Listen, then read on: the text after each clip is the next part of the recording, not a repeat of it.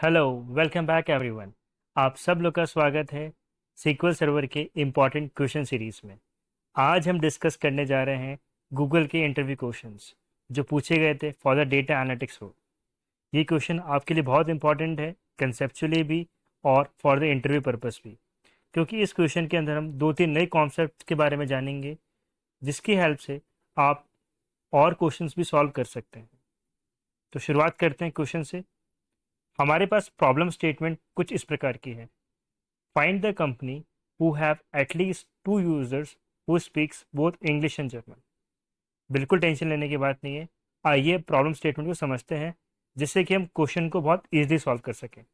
हमारे पास एक कंपनी नाम की टेबल है जिसके अंदर तीन कॉलम्स हैं: company ID, user ID and language. जैसे कि आप स्क्रीन पे देख सकते हैं, यहाँ पे कंपनी आईडी के दो पार्टीशंस हो रखे हैं, एक 1 और 2।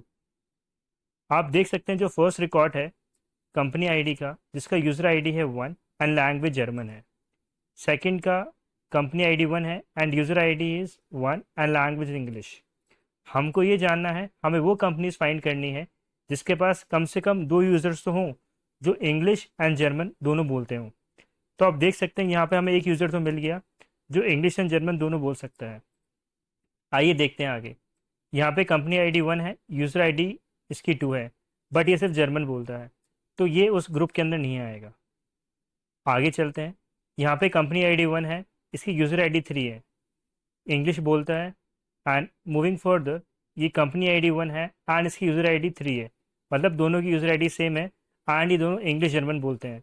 तो हमारे पास दो ग्रुप्स हो गए फॉर कंपनी आईडी 1 जो इंग्लिश एंड जर्मन दोनों बोलते हैं। अब आइए देखते हैं for second group, mean second company ID. यहाँ पे कोई ऐसे यूज़र्स हैं जो इंग्लिश एंड जर्मन दोनों बोलते हैं। यहाँ पे आप देख सकते हैं ये ग्रुप है जिसमें इंग्लिश एंड जर्मन दोनों बोलते हैं, बट फॉर कंपनी आईडी 2 इसमें ऐसा कोई यूज़र आईडी नहीं है अपार्ट फ्रॉम 5 जो इंग्लिश जर्मन दोनों बोलता हो। तो इसके हिसाब से हमारा आंसर क्या आना चाहिए? ओनली हमारे पास एक ही कंपनी आईडी है जो है 1, जिसमें हमारे पास सिर्फ दो यूज़र हैं जो इंग्लिश एंड जर्मनी दोनों बोलते हैं। मैं उम्मीद करता हूँ कि आपको प्रॉब्लम स्टेटमेंट समझ में आया होगा।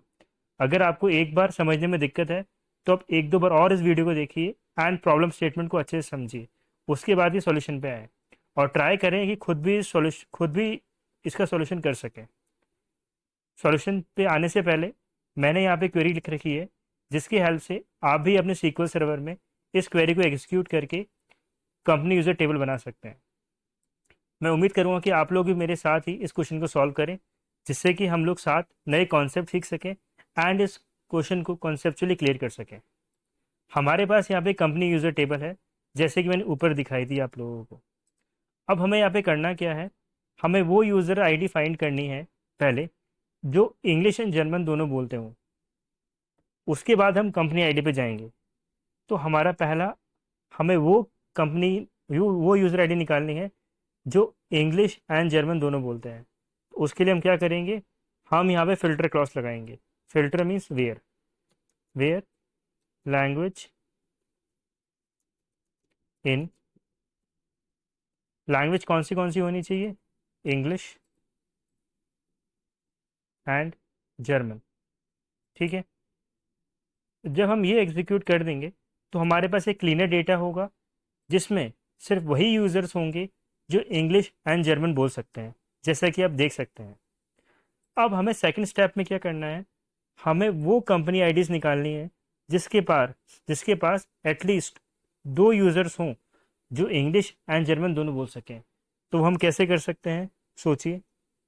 अगर हम इस डेटा को एग्रीगेट कर दें on the basis of company ID and user ID तो हमारी प्रॉब्लम थोड़ी और सॉल्व हो जाएगी। और एग्रीगेट करने के लिए हम किसका यूज़ करते हैं? परफेक्ट, ग्रुप बाय का। तो मैं यहाँ पे ग्रुप बाय का यूज़ करूँगा, group by company ID and user ID. इससे company ID and user ID groups बन जाएंगे। बट हमें जानना क्या है, हमें जानना है काउंट, जिसमें दो ग्रुप्स बन रहे हो, क्योंकि वही हमारे लिए आंसर बनेगा। ठीक है। अब मैं यहाँ पे लगाता हूँ काउंट स्टार। मैं उम्मीद करता हूँ कि आपने मेरी लास्ट वीडियो ज़रूर देखी होगी जिसमें मैंने count star and count column name के बीच में डिफरेंस बताया था। अगर आप लोगों ने वो वीडियो नहीं देखी है तो प्लीज़ जाके वो वीडियो भी देखें, कि वो वीडियो भी इंटरव्यू पर्पज़ के लिए बहुत इंपॉर्टेंट है। आइए आते हैं इस क्वेश्चन पे दोबारा, और हम इस क्वेरी को एग्जीक्यूट करके देखते हैं हमारे पास आंसर क्या आया।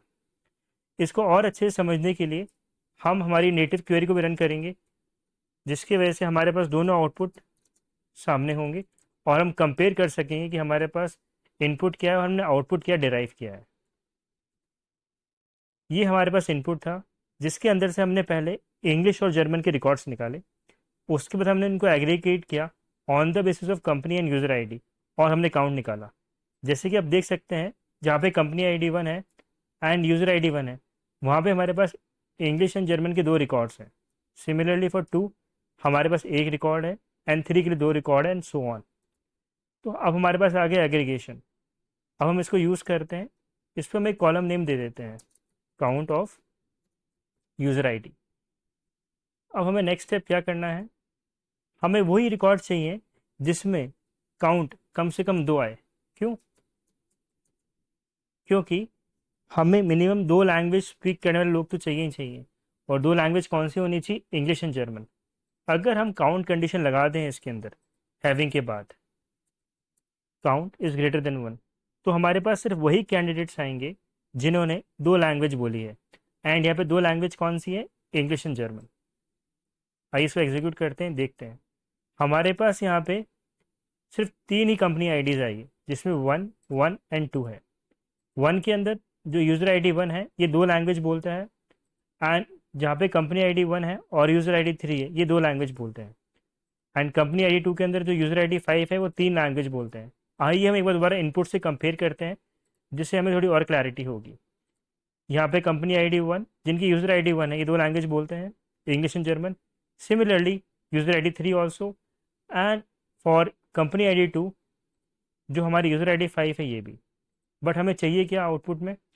हमें वो रिकॉर्ड्स चाहिए जो कम से कम 2 लैंग्वेज बोलते हों और 2 यूज़र हों।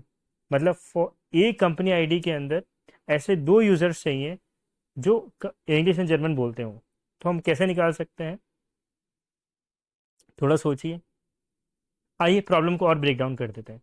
अगर हम इस क्वेरी को दोबारा रीयूज़ करें तो हमें किसका यूज़ करना पड़ेगा? CTE का। CTE क्या होता है? Common table expression.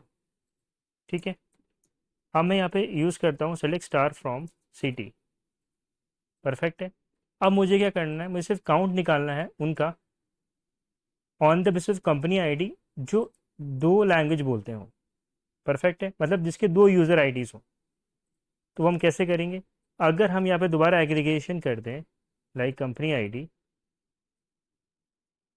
और मैं यहाँ पे काउंट लगा दूँ, COUNT काउंट स्टार। ठीक है, और मैं ग्रुप बाय का यूज़ करते हुए इसको ग्रुप कर दूँ on the basis company ID. आइए इस क्वेरी को हम समझते हैं।